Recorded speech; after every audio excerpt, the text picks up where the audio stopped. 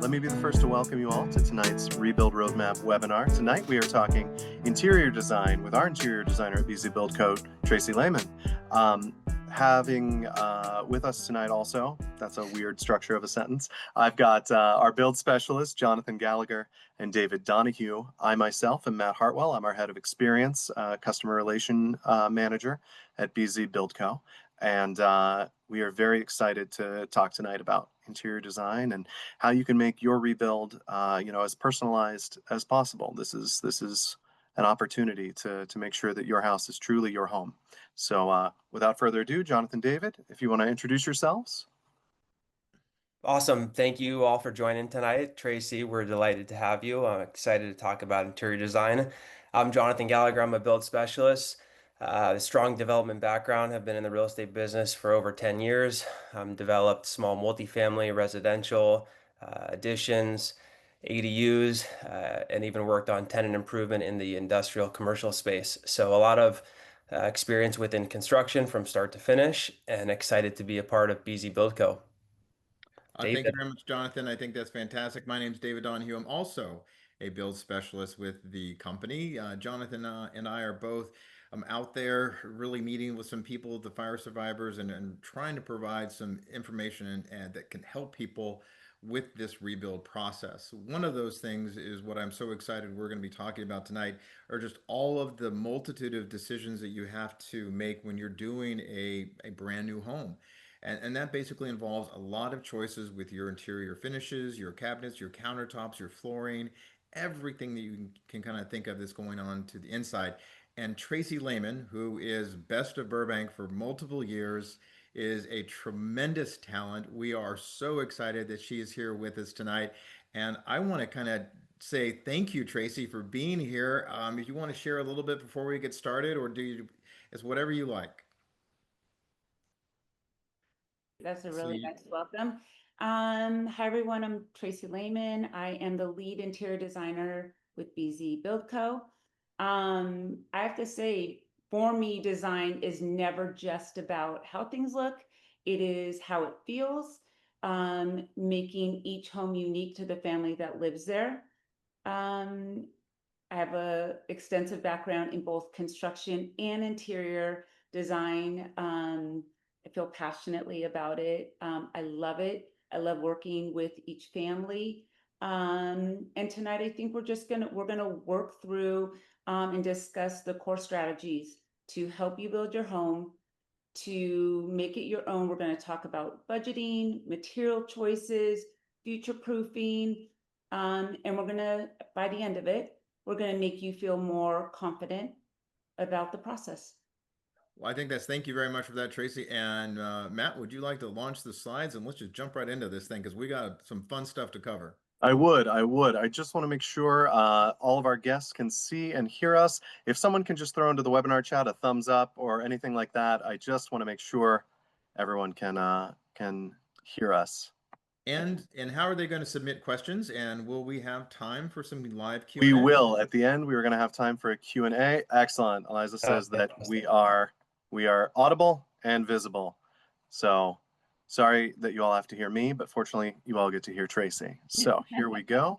And there will be a Q&A at the end. I will set up the little Q&A thingamabobber, and you can submit your questions, and we will answer them ongoingly, and then at the end as well, there will be some time. So without further ado, please, Tracy. Great. I think one of you guys is gonna introduce what we're starting with. Yeah, so this is basically one of the things, and I'll take this one, Jonathan. The process of really trying to kind of get into that particular component that talks about what you're doing when you're moving through the process of rebuilding. So this one particular slide that Tracy helped put together this is a journey. It takes some time. And I want to share, just give yourself that time and that grace to be able to not put too much pressure on yourself. And one of the things that Tracy's going to share is how you can find some inspiration and those first initial steps. Yeah, thank you. Well, I want to start by recognizing that this is a really unique situation. Oftentimes we're doing a remodel, an addition, and you plan for it, you've saved for it. And I just want to say, for many of you, this is a response to something really difficult. And so our team is here to help guide that, help you build the future home. And grief doesn't follow just a straight line. Some days will be productive, some days will not. Some days you'll be thrilled about what's coming. And other days you won't. It'll feel daunting, it'll feel scary. We put together a team that is there for all the days, regardless of what's coming. So that's what I want to start with that. And the second part is just making sure that you put together a core team that you feel good about, that it is partners in this business for you. And that team will be an architect, maybe a junior architect. It will be the builder, it will be your interior designer, and it will be your financial partner in this. All four equally important. I think that my part is the most fun. And so, but it's really important. And it's making sure that you have a working relationship with each team member. And that architect will help you design the footprint of what it is that you imagine. It is incorporating some of the things in your previous home that you loved, and it is making sure that we incorporate what was working, and then maybe find some new solutions, some things that weren't working. Maybe your family has expanded and you need more space. And then it's discussing with the builder, and it's finding out what that vision that you're working and you're drawing in the floor plan, what does that cost to build? And making sure that you're very clear on what the floor plan, what the dream vision, the exterior, all of it, what it's like to build it. And then when we get to the part where you get to design it, which is fantastic, that's where we're picking the materials, and we're really making it yours. We're making it work for your family, whatever that looks like for your family. It is picking the flooring, the tile, the doors, the windows. It is paint. It is specialty details. It is the beams. It is really the things that you know about your home, and it is really making it yours. And then finally, it is working with your financial partner and knowing, what do you have to spend? What will you be receiving? What do you have? How do you want to spend your money? And I really want to just take a minute. I take that part of the partnership really, really serious. It is really easy to love everything. But most importantly to me is to always make sure we work within your budget. And there are so many options out there that we can make a beautiful home, a functional home on any budget. And we'll figure out how to spend it in areas that are really important and spend a little bit less in areas that aren't as important. But understanding what your budget is, and what you have to spend is a really important part of it. Fantastic, Tracy. Thank you. Perfect. Let's hit the next slide, Matt. Oh, sorry, guys. Next slide, please. All right, Tracy. So you mentioned early on in your introduction about design and really how design makes you feel.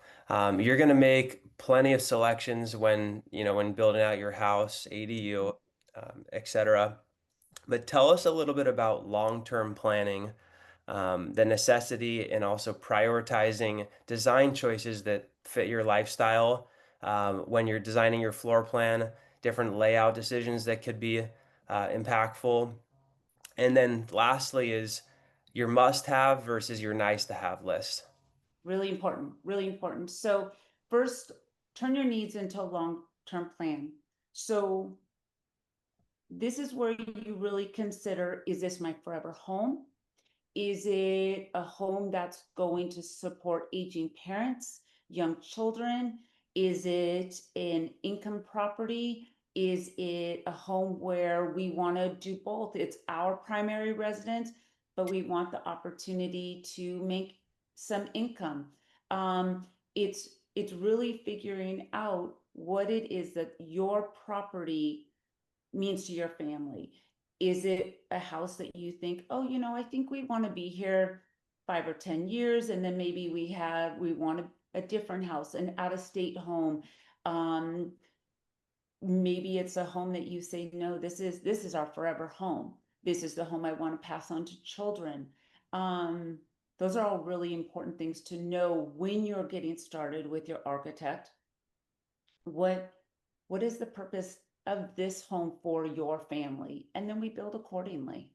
Um, Prioritizing your lifestyle with layout decisions. Um, what we design for a family with aging parents looks really different. This is so obvious, but it is worth saying.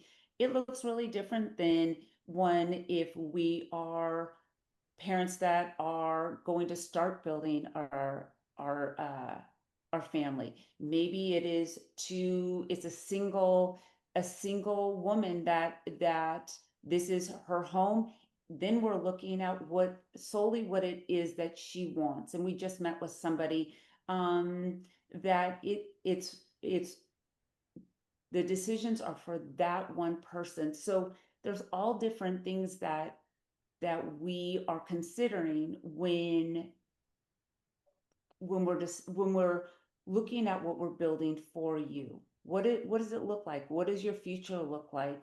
When people say that they're going to be at the house for 5 years, I usually double that, because it's really hard. This is, it's a process. And so you can say, yeah, I think we're going to just be here for 5 years. Our family's expanding. We don't know where we want to live. Maybe we want to live out of state. Oftentimes you can double that. It's So hard to I have a decide to leave a question, home after Tracy, 5 years. because I know that you said that a little earlier when during that meeting about where you're going to be and doubling the time. I thought that was fantastic. Mhm. What so many people who are uh, who suffered in this event aren't sure what really their next couple years have. Mhm. I know that the families, people who have children and they're rebuilding, they really have a direction. Some people are kind of unsure. And I thought that, during that appointment, you asked some really good questions. It's like, what does your next 1 year or 2 year look like? When you're rebuilding, are you rebuilding just for yourself or for your family or for your parents? Or are you rebuilding for to age in place, which I think is such an important design decision because that's something near and dear to my heart. Having, experience with family members who would try to step out of a shower. And that shower was, really high, the shower edge, because it was a bathtub, those tub shower combos. And as you're getting older, it's more difficult to step out.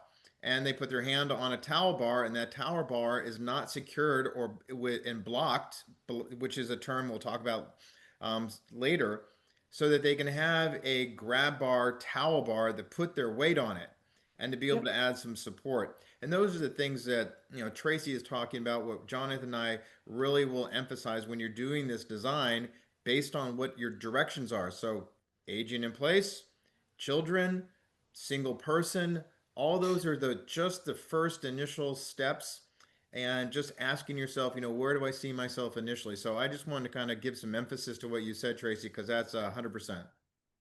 And I think sometimes we just don't know. That's the thing, if we've started families, sometimes we do know, but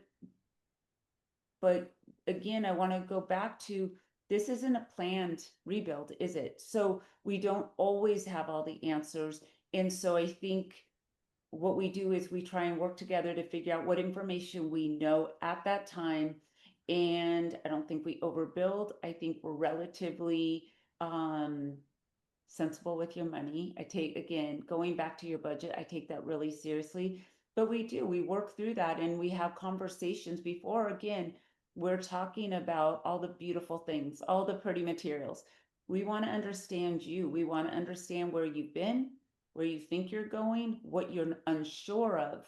And we build a plan for each family that comes because each story will be different. Where each family's been, where each individual's been is going to be different. So we really do spend the initial visits understanding what it is you need. And I think, David, Perfect. that's what you and I just had that conversation with somebody, which is, she wasn't completely certain, and that's okay. So we'll work through Yes. those and before we figure out exactly what we're going to build.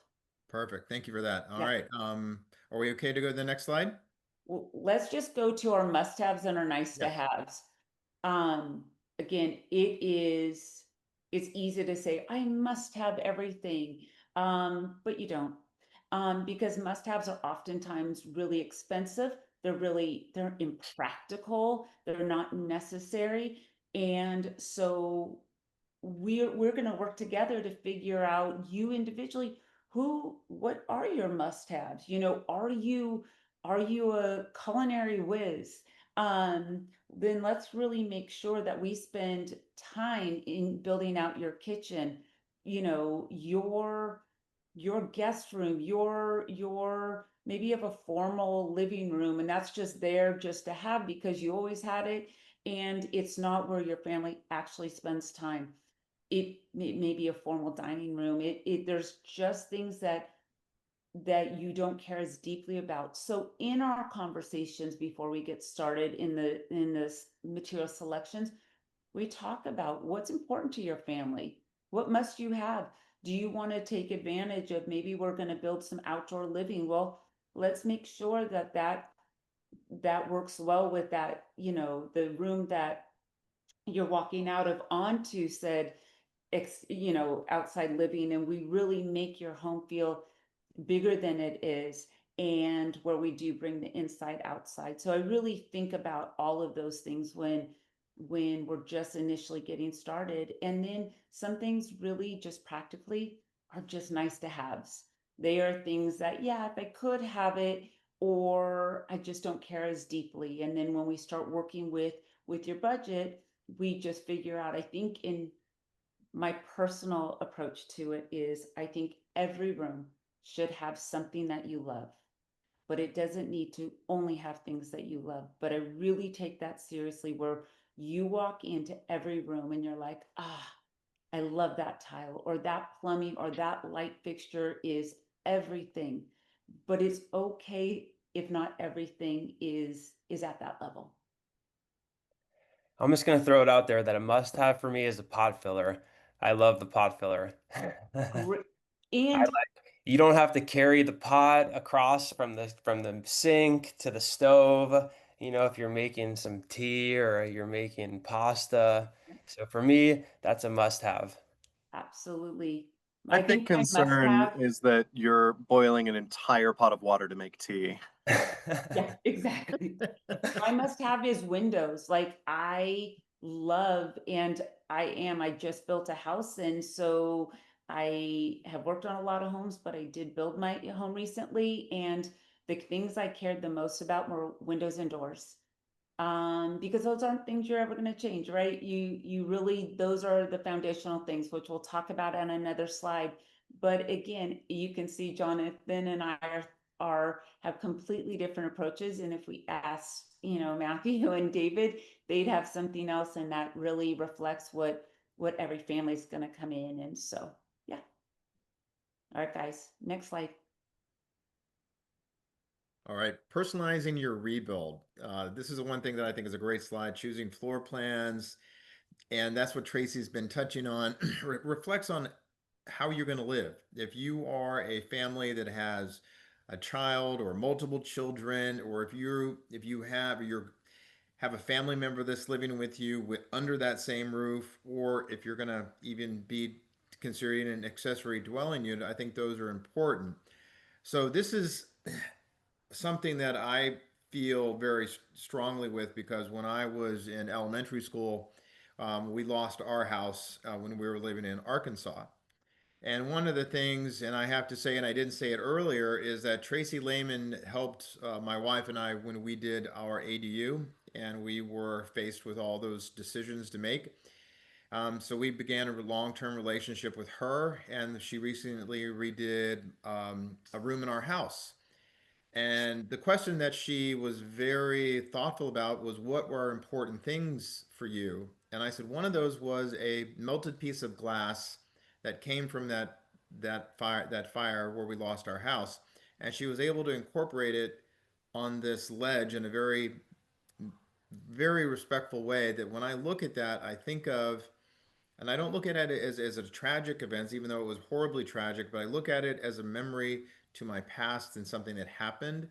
And it sort of just acknowledges it. And so I'm able to kind of keep that in my mind. Also, she was able to incorporate some other things that were also very meaningful to me.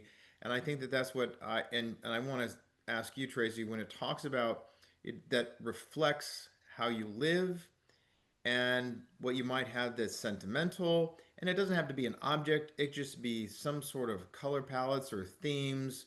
But I don't want to go too far down that my own rabbit hole, but I think this is a wonderful thing to talk about. Um, yes, I have been lucky enough, David, to work with you for a long time. But where it started was when your father-in-law was gonna move in, and we were building a home for an aging parent.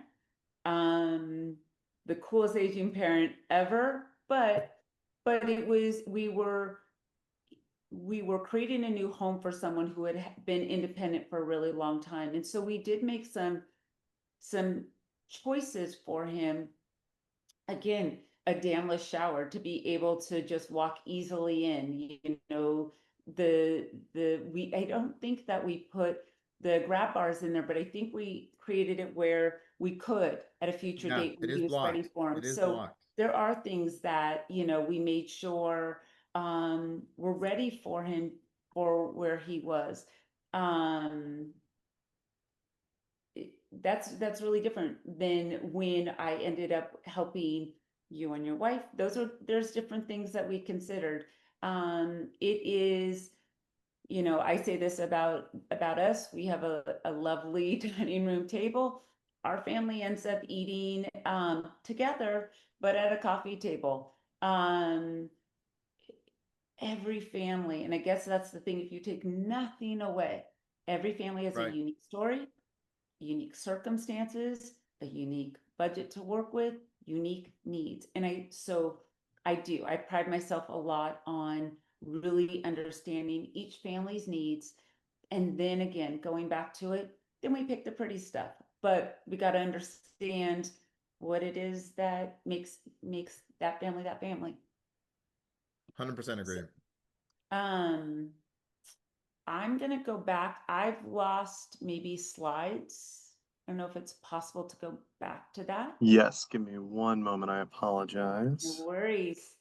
I think, Matt, are we going to be able to live stream, do you think? Yeah, that's why we lost the presentation, because I was pulling up live streaming on YouTube. I apologize. Hang on, let me Well, reshare. it's quite all right. While you're doing that, I do want to kind of touch on the fact that not only did we design something for an aging parent, so what specifically was a brand new detached ADU, 734 square feet. It's a one bedroom, one bath. We have some pretty high ceilings and we have a lot of space. The one thing was taking, my father-in-law, who lived in a 2,000 square foot home in the Palm Desert area, and then moving him into a much smaller space. So what was important for us to make sure that he had a full-size kitchen, Mhm. bedroom, and the damless shower idea was something we were very convinced that he wanted to have, just in case. And we also have a bench, so it's a nice big walk-in shower, glass door and it has a bench for him to sit on if he wants to. He doesn't, but this is something when you have an aging parent, the older that they get, their mobility really diminishes. Sometimes people have a chair that they move in. They don't need an independent bench in that shower. But then also we didn't put in the wand, the feature so that you could take where the water comes from, take it down so that you could move it all over that person's body. But that is something that when you're aging in place, you can consider. And so ask yourselves those questions if you think that's going to be something you might need to do in the future. You can always put in a nice, beautiful shower head and then change it out a little bit later. The damless does have some things you need to consider, depending on if how the water may escape just a little bit. Sometimes having a slight dam can be very helpful to kind of keep that water inside the shower. Also, we've seen some designs where their area that the shower is going to be is large enough that they don't really have to even worry about a shower door. And that's something that Tracy can kind of help you with. And as we're doing your design or we are working with your architect, that we're going to be able to have that conversation. Also, John Brennan, who is our general contractor, he is very insightful because he's done so many of these. So I just want to kind of throw that out there and kind of share with everybody. Yeah. And bless you, Jonathan. Oh, thank you. All right, so we're back at this slide. Did we cover everything, Tracy? Let's see. I'm just gonna talk about, I think we talked about the floor plan. Usually when we're getting started, one of the things that we do is we figure out what are our colors, what are the stars, right? Everybody at this point wants to do a light, a dark, whether that's a white or a cream, a black or a dark brown, a dark blue, but it's the colors in between that really are personalized to you.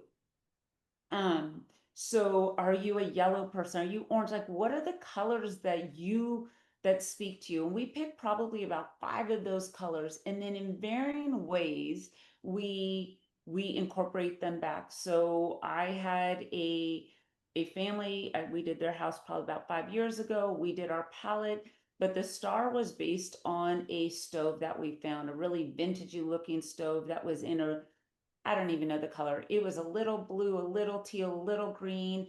It was spectacular. But what we ended up doing is we kind of wove that color throughout. So in the kitchen, it had a starring role as their stove, their range.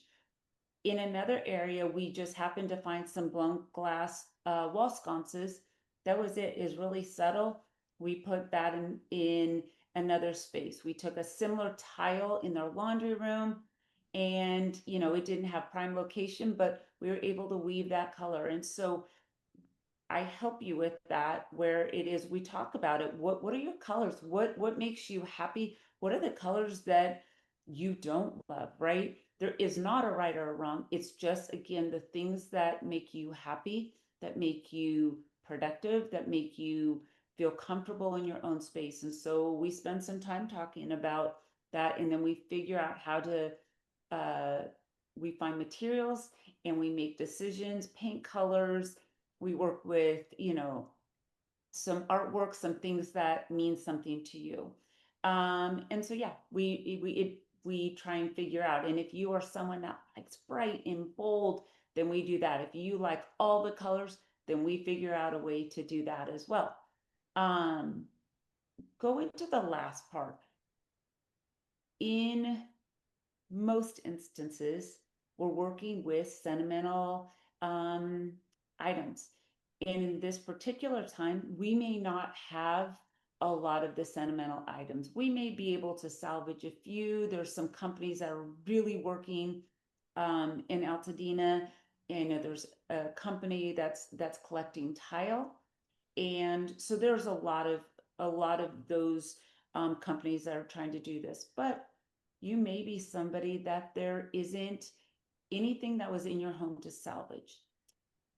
But what we can do is we can talk about where you've traveled, the places that matter to you, the places that you eat, the artists that speak to you, and we can find those items. And while they may not have been the original, maybe they weren't even things you didn't think that a menu would be cool, but maybe you ate at a really special restaurant, or maybe it is, where you met your significant other, or maybe it is somewhere that you went when you were a kid.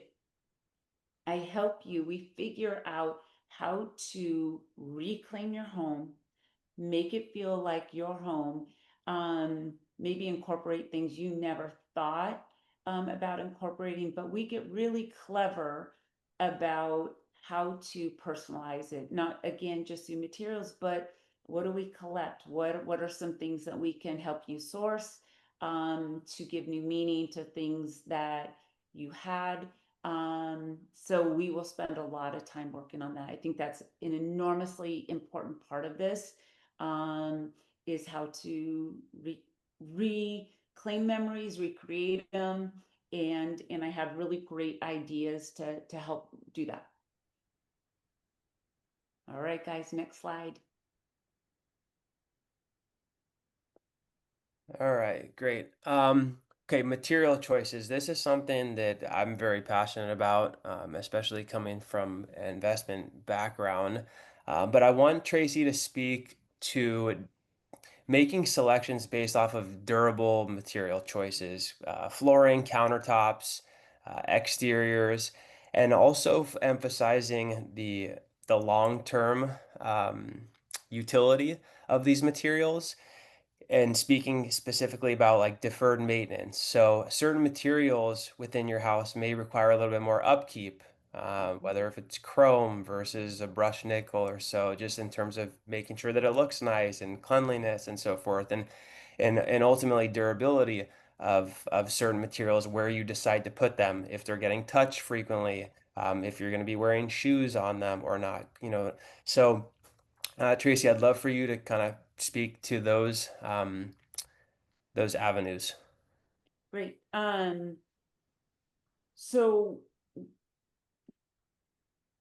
because we've already established, we talked about at the very beginning, what is this house? What is the purpose of this house? Is this your grow old house? Is it your home that is going to maybe be a home that you use for an investment? That helps us kind of decide what materials we choose. Um, there are there, there are so many, I even overwhelm myself. There are just so many choices out there. And so by understanding first and foremost what we're building, who we're building it for, helps kind of just shrink the world. And I really, I take that part of my job really seriously, because there are a lot of selections. And so once we understand what it is we're building, that really helps us uh, kind of shrink the options down.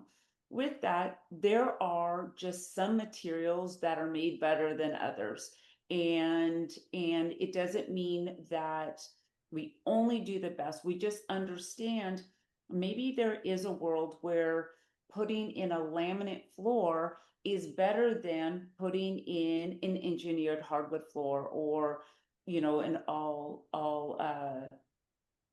a luxury vinyl. We talk about, again, they're all great choices. We just need to understand when each item is, but each material is the best choice for you. And so I really try, as we're making selections, to educate you so you understand they're not all created equal, but sometimes that laminate floor is the best. Maybe we're doing it in a pool room.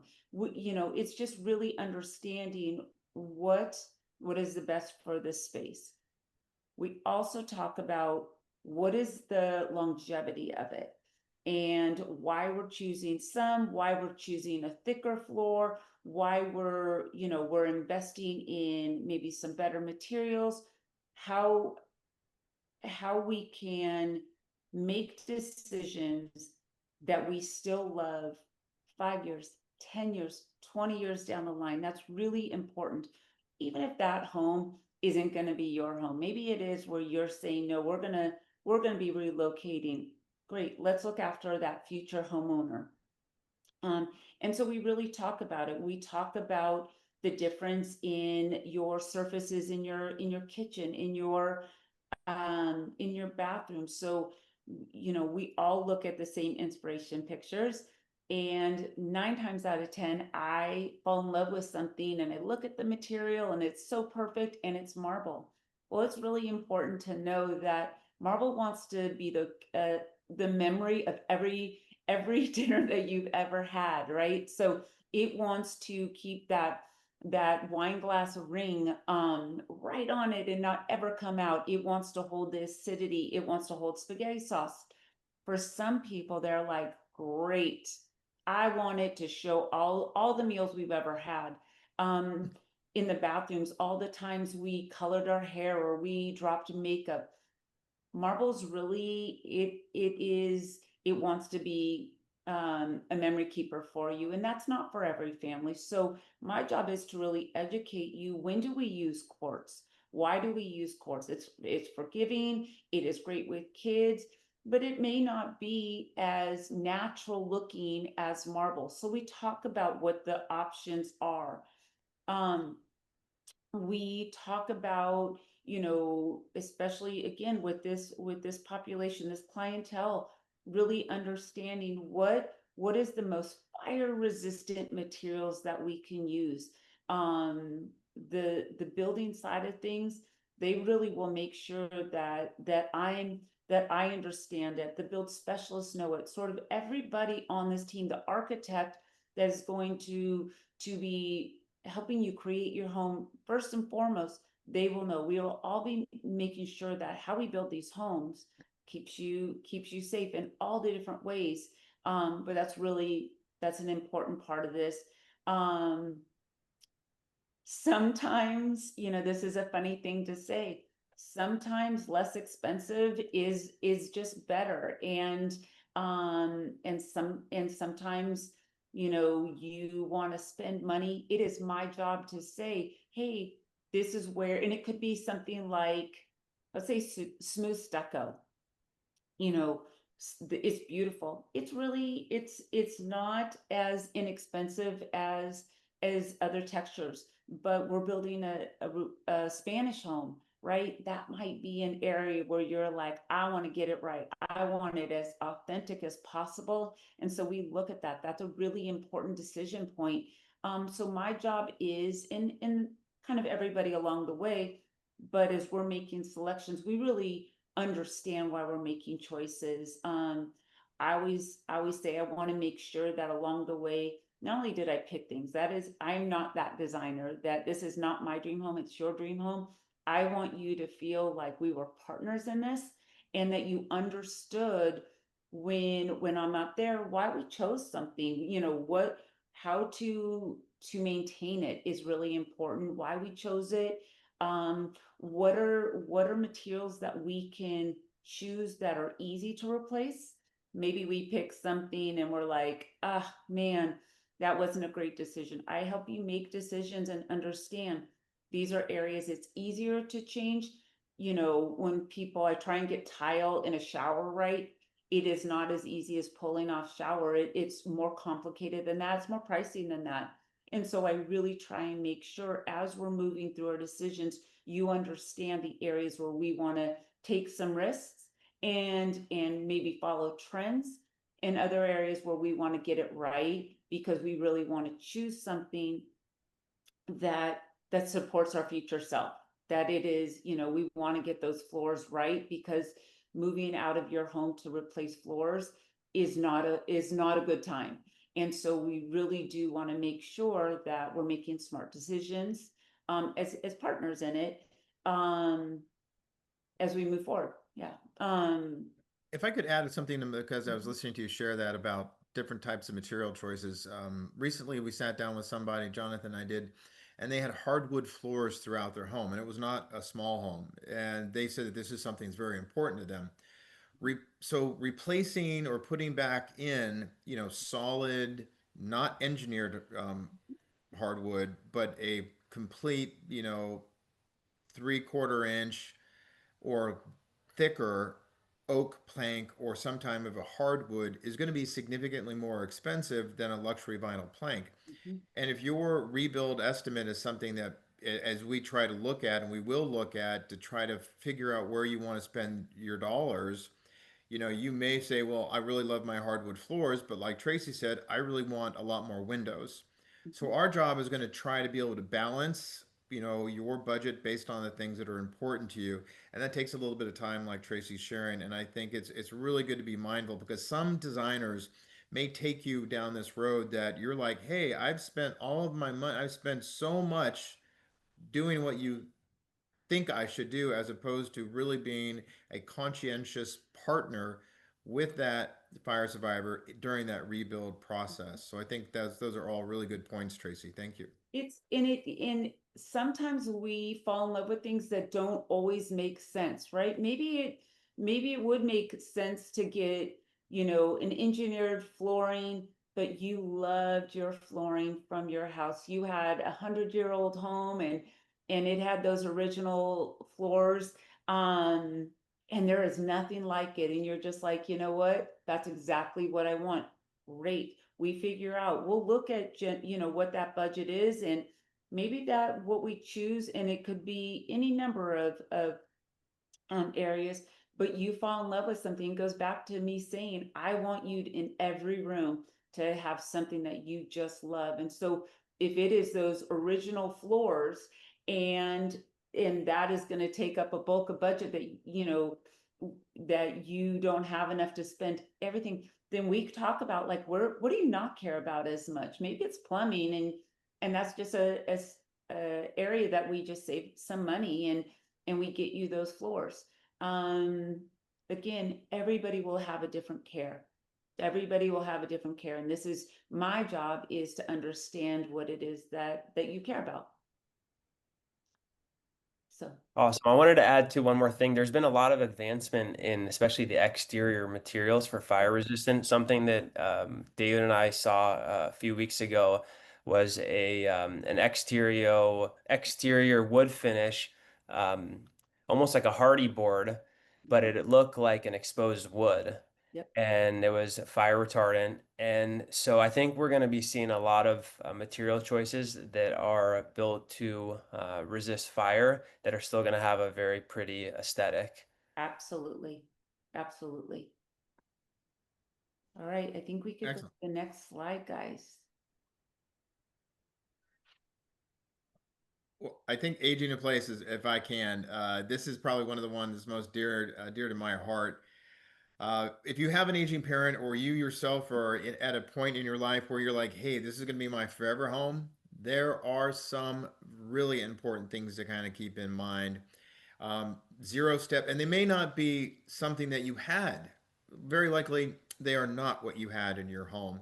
Because I think the mindfulness of what people are doing when they do age in place for safety and for just being able to kind of move through that home can be a complete game changer. There are going to be some interesting things that people are doing now that I think makes a lot of sense. They're putting electrical outlets behind toilets to allow for washlets or bidets, or maybe if it's just you want to have a heated toilet seat, things that can make life, that can be, again, some game changers. But there's a lot of other things that you can kind of do. We're going to be able to kind of walk you through those. And also with your designer or your architect, whoever is designing that home, we're going to be able to work with you and be that partner. But this is something that I think is really critical in the initial stages to kind of have in your mind as you move forward with that design of that new home. Yeah.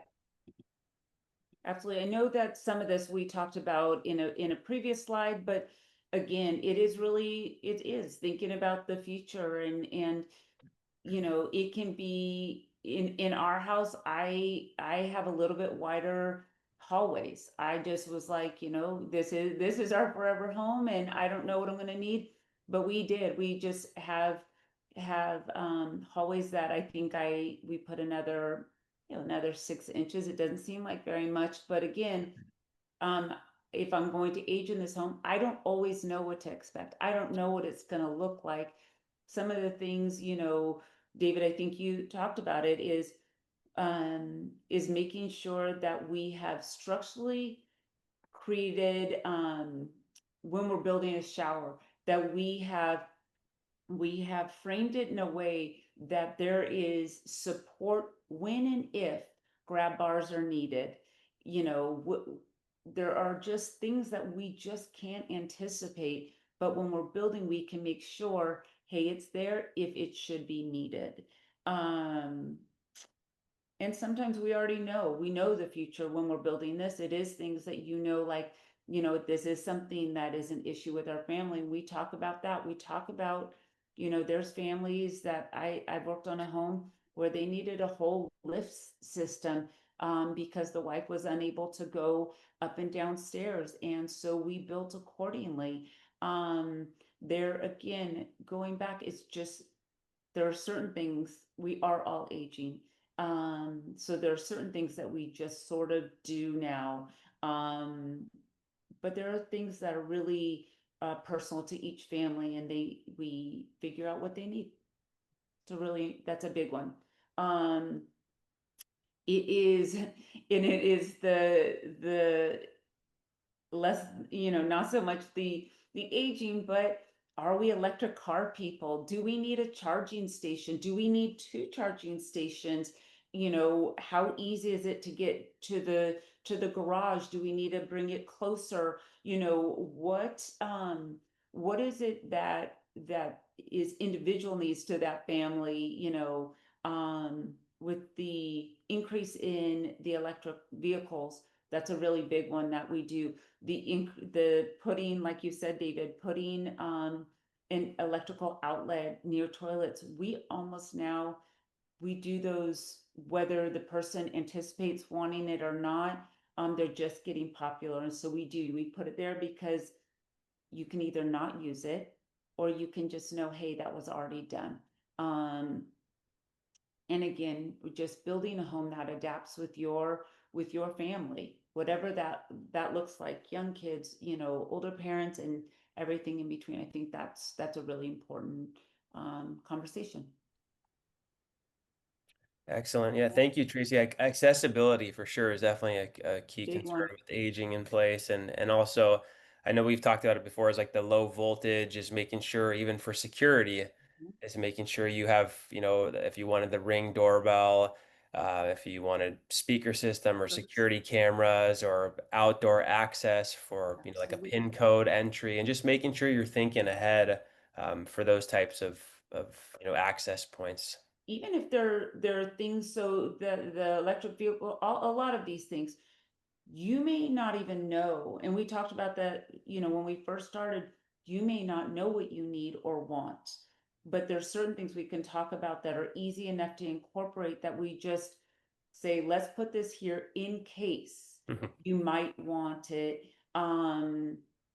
Yeah, it's great. It is. It's again in things that we do that maybe will set you up for that outdoor living situation. Maybe you're not going to build it out completely at this point, but there's some things that we can do to make that um, uh, easier when you're ready to build that. All right, next slide, guys. All right, so smart interior decisions. We talked a lot about budget. That's probably one of the key factors when it comes to meeting with your interior designer. We talked about must-haves versus want-to-haves. So let's talk about where you can splurge, where you can save. We know every single individual is different, and we talk a lot about feeling and kind of what area of the home is the most important, where they're going to spend the most time. Um, if you could maybe provide some insight on things that you recommend, and then also kind of just based off experience working with families, where you've seen them spend more money on these categories. We'll also talk, I'd also love you to talk about change orders and how important it is to make your design decisions early, to pick out your cabinetry, countertops, where you want light fixtures, if you're doing pendant lights in your kitchen, if you're doing exterior decorative sconces, um, things of those sorts. And then also around design, just to reduce waste and labor, talk about just tile layouts, formats, tile sizes and so forth, potentially where you can save money if you wanted to go for, for that marble look, but you maybe can't afford marble or you're trying to save money, and how you can use a tile to potentially still achieve the same look at a discounted price. I think that's good for now. That's a lot. Yeah. So I'm gonna just take it, we're gonna take it, each part, knowing where to splurge and knowing where to save. So we talked about that. So sometimes it's dictated by the things that are important to you. I said for me, it's windows. I love them. I just think we live in Southern California. We're really lucky with good weather. That's for me a splurge. But I'm gonna say I've yet to work with a client ever, ever that doesn't have a budget. We all have a budget. Some budgets are bigger than others, some are smaller. Everybody has a budget. You cannot possibly splurge on everything. So our job is to figure out, knowing your family, where do you splurge? If your home is a home that you plan on being at for a long time, you splurge on cabinetry. You just do. Um, Cheap cabinets get one life. Now, that life may be 10 or 15 years. It's probably closer to 10. But if you do a custom cabinetry, you can refinish those. You can change out doors. The boxes are substantial. The interiors are nice. You can give them new life over and over, but you are really only investing in one kitchen. You know, let's say 20 years ago, I built a really dark uh, alder kitchen. It was beautiful, but it was beautiful 20 years ago. But it isn't something in 2020, 2021 that I would have built. But the quality of the craftsmanship was there. And so what we decided to do is paint it out. We decided we're going to be kind of bold. We're going to go with something dark. I didn't have to change anything. I think I changed the color and maybe some hardware because I'd invested in the cabinetry. Um, there are there are things where if you have a second story house, one of the areas that you say you think to spend more money is on insulating, making sure that some areas are soundproof. That, you know, that insulation, the way that that is built out, those are important decisions. Maybe you've built, which is getting more and more popular, especially in second story house or two-story houses, is to put a laundry on the first floor, but also to put one on the second floor. Well, maybe that, you know, butts up right against a bedroom, whether it is the primary, whether it's a baby's room. You know, you think, I'm just going to put laundry in the middle of the night. Well, it's loud. And so we talk about soundproofing those areas. It doesn't mean you soundproof everything, but you're really thinking about it. That's a splurge, right? That is something that I think is well worth the money. I'm doing a house right now where the primary bedroom sits right on top of the family room. Husband loves to watch a late night movie. He's putting in the sound. He has the whole thing going. She goes to bed early and she's right above that room. um, that would not be a restful night's sleep to listen to, you know, the room vibrating. So that's an area just in that space where we decided to insulate differently, use different drywall. We just built it so in that space she was protected from a good night's sleep while he also got to listen to the movie at the volume that he wanted. So those are some areas that you splurge. Ways that I save. There's a couple things that I do. I spend, if I fell in love with a plumbing, but I have my kids' bathrooms, I sort of want them all to look similar. I want them to kind of feel cohesive with the home. But I don't know that a 10-year-old needs the same level of plumbing that in the finishes that the parents do. So that's an area where I say, hey, I might want to splurge on me, but the kids can get something that's lovely that will have a longevity to it, but it doesn't have to be top dollar. So that's an area that doesn't need to be top dollar. Oftentimes in tile, there are a lot of ways, and I mix and match price points on tile all the time. So again, there might be a tile. I built out a really sweet arch for a family. We fell in love with this tile. It was expensive. We didn't have enough to do a whole kitchen. We didn't have enough to do a whole bathroom, but we had enough to do an arch, and that became a focal point um, for for their guests, for them. And so we kind of choose, and then we did in their bathrooms, we just found something that worked, that wasn't a top dollar, but we then put in custom cabinetry, and that bathroom will serve that family for 20 years easily. And so we really talk about, hey, where do we want to splurge? What, what I put into a Craftsman or a Spanish, I spend probably a little more money on tile than I would if I was doing a modern home. In modern home, I might spend a little more money on doors. And so we really talk about, unique to this family, where you spend money. Um, a splurge can be, you care about that tile, or that a surface, a countertop really looks as close to marble, or a real material, a natural material. um, then oftentimes a quartz isn't the right decision for you, and then we get to quartzite, which is a real material and more durable than marble.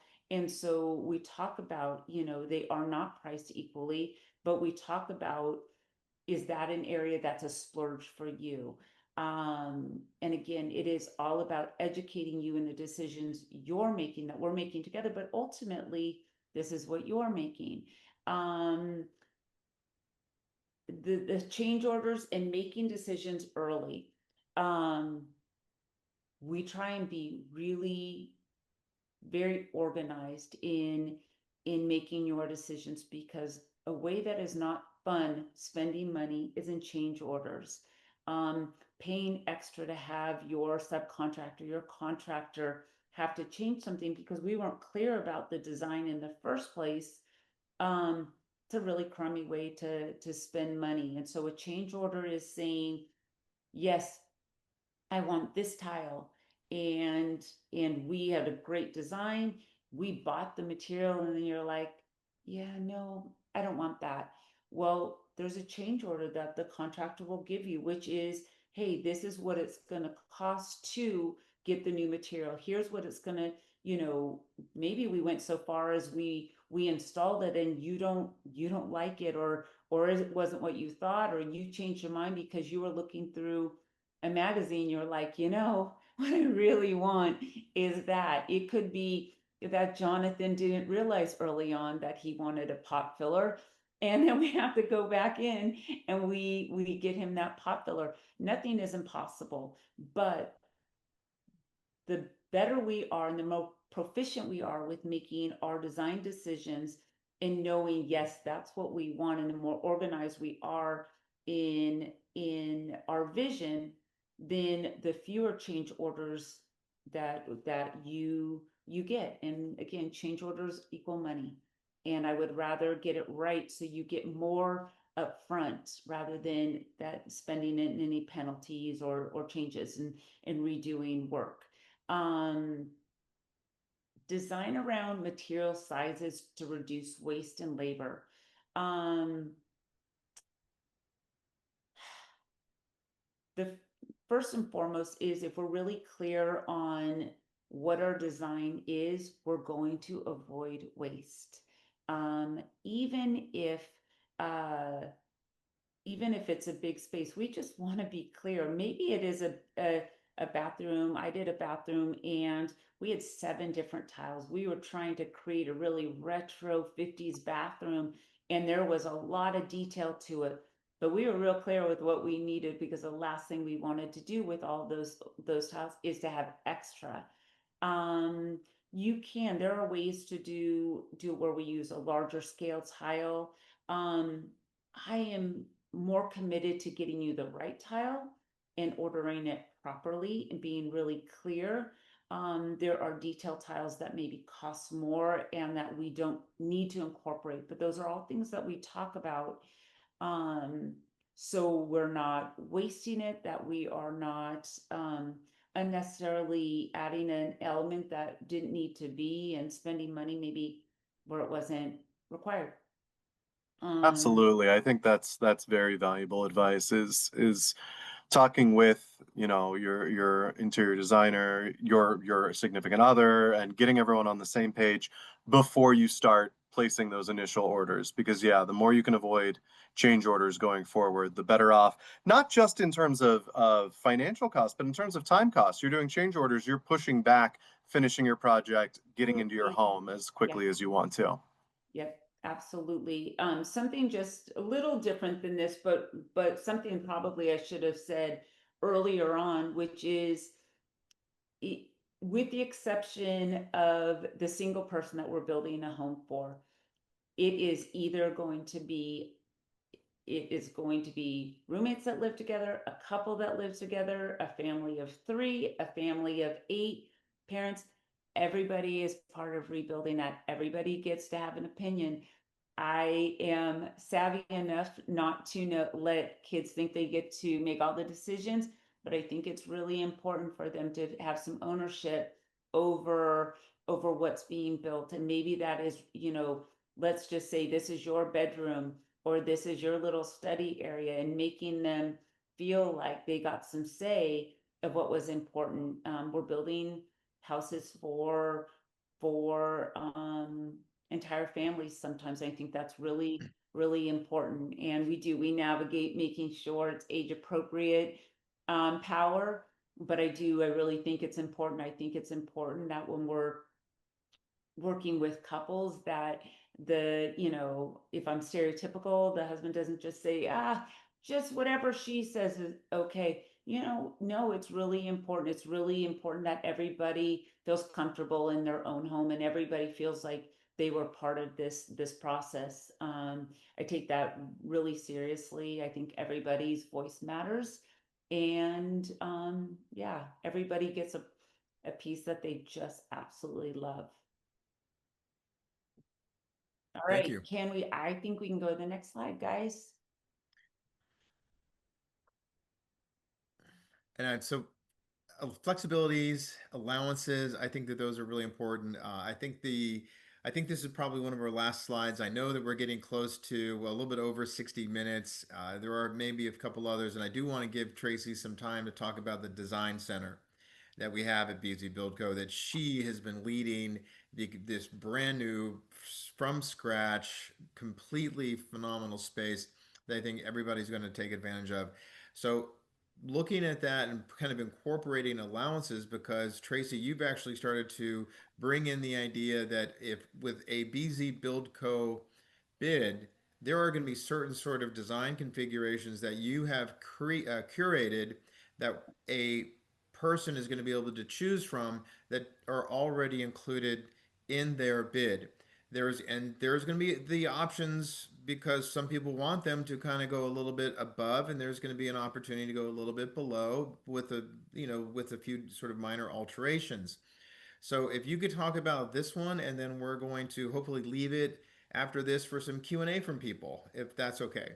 Great, that's great with me. I'm going to move this ahead because I had this at the end, but I think that was a good introduction. And then I'm going to talk about the showroom, and then we'll get back to the allowances. But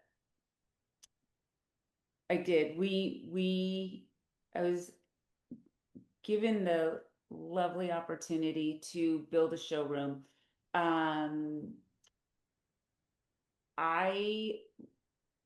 thought long and hard about what would be the most efficient way, the most enjoyable way for people that had to make all these decisions. There is easily 150 decisions when you're rebuilding a home. that is a lot of decisions. It's a lot of decisions um, for people that, and I think David spoke to this, that do construction for a living, right? It is really stressful for people that uh, have never done this. Clearly, a lot of people weren't looking to do this, so I really wanted to create a space.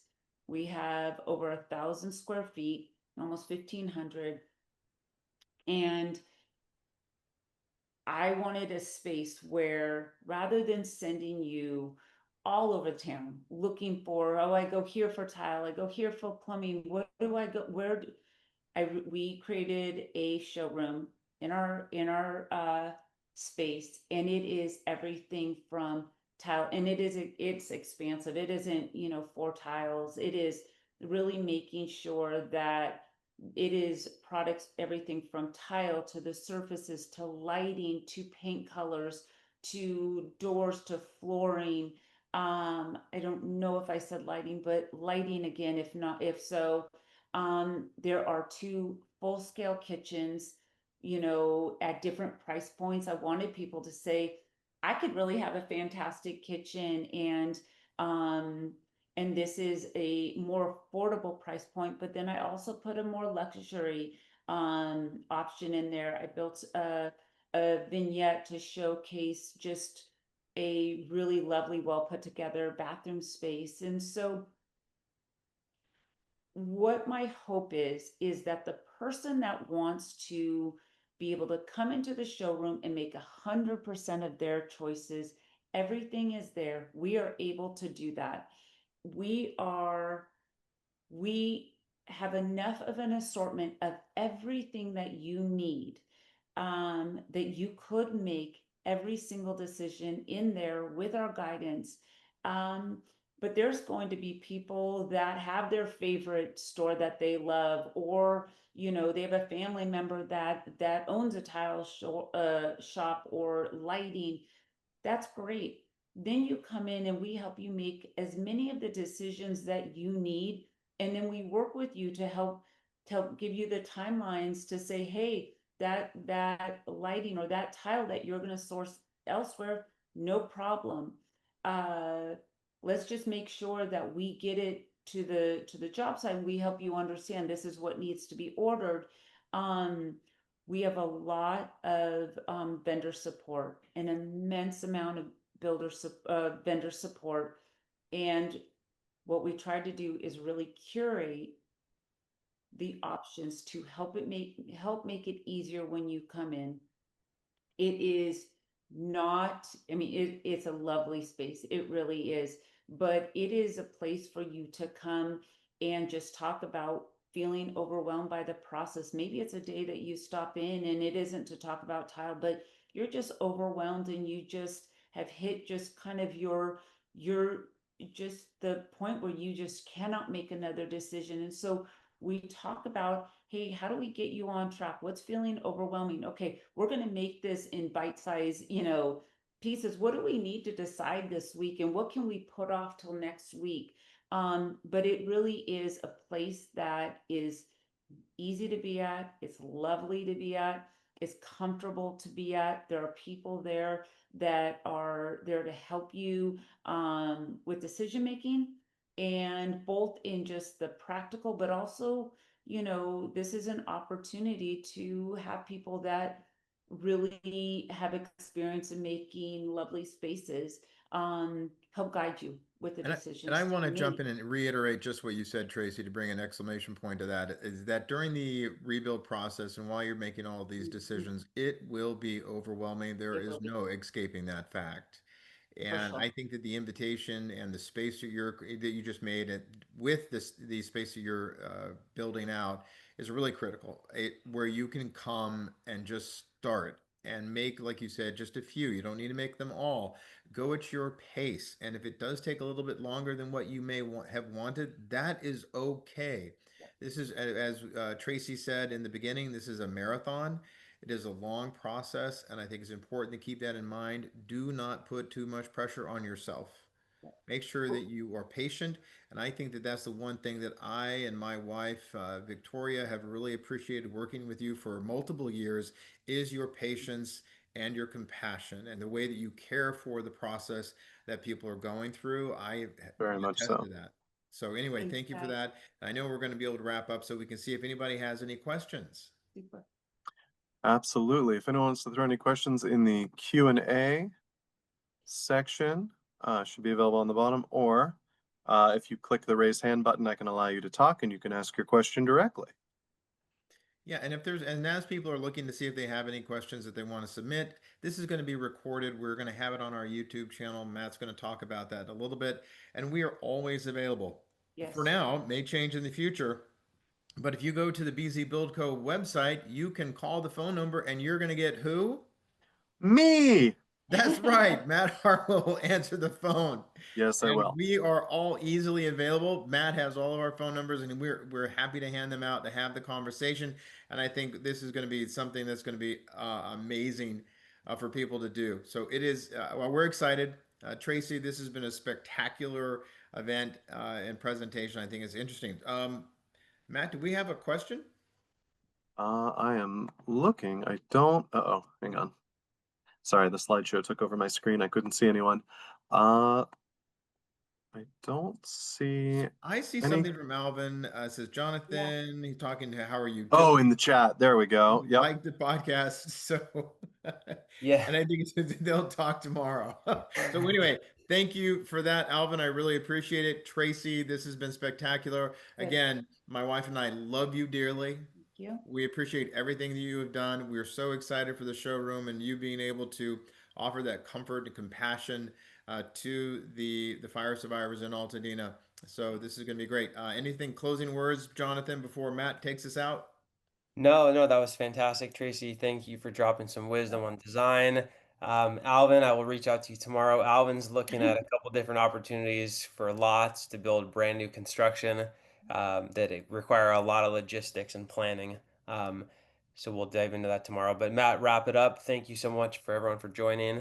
Yeah, And I'd like to again thank everyone. I know, as I've said on these previous webinars we've done, I know nobody woke up the first week of January this year thinking they were going to be rebuilding a house, and it is a complicated process. So if you go to our YouTube page, which is BZ, our YouTube.com. Hang on, how do I should have pulled it up before I started telling people to go there, so I knew the exact address. But it is youtube.com/@bzbuildco. And if you go there, all of our previous webinars are on there. They are extremely helpful. We talk permits, we talk interior design as tonight, we talk construction basics, we talk how to engineer value in your rebuild, we talk navigating the insurance process. There's a number of episodes. Please catch up on them at your convenience. They're very useful. They're completely free. We want everyone, whether or not you're building with us, to be as educated as possible about this process because it is a bear, absolutely. And we're here to make it as easy as possible. So thank you again, everyone, for joining us tonight. And hopefully we'll see you all soon. Thank you and good Have a night. good Great Thank night. you night, again, everybody. Tracy. All right.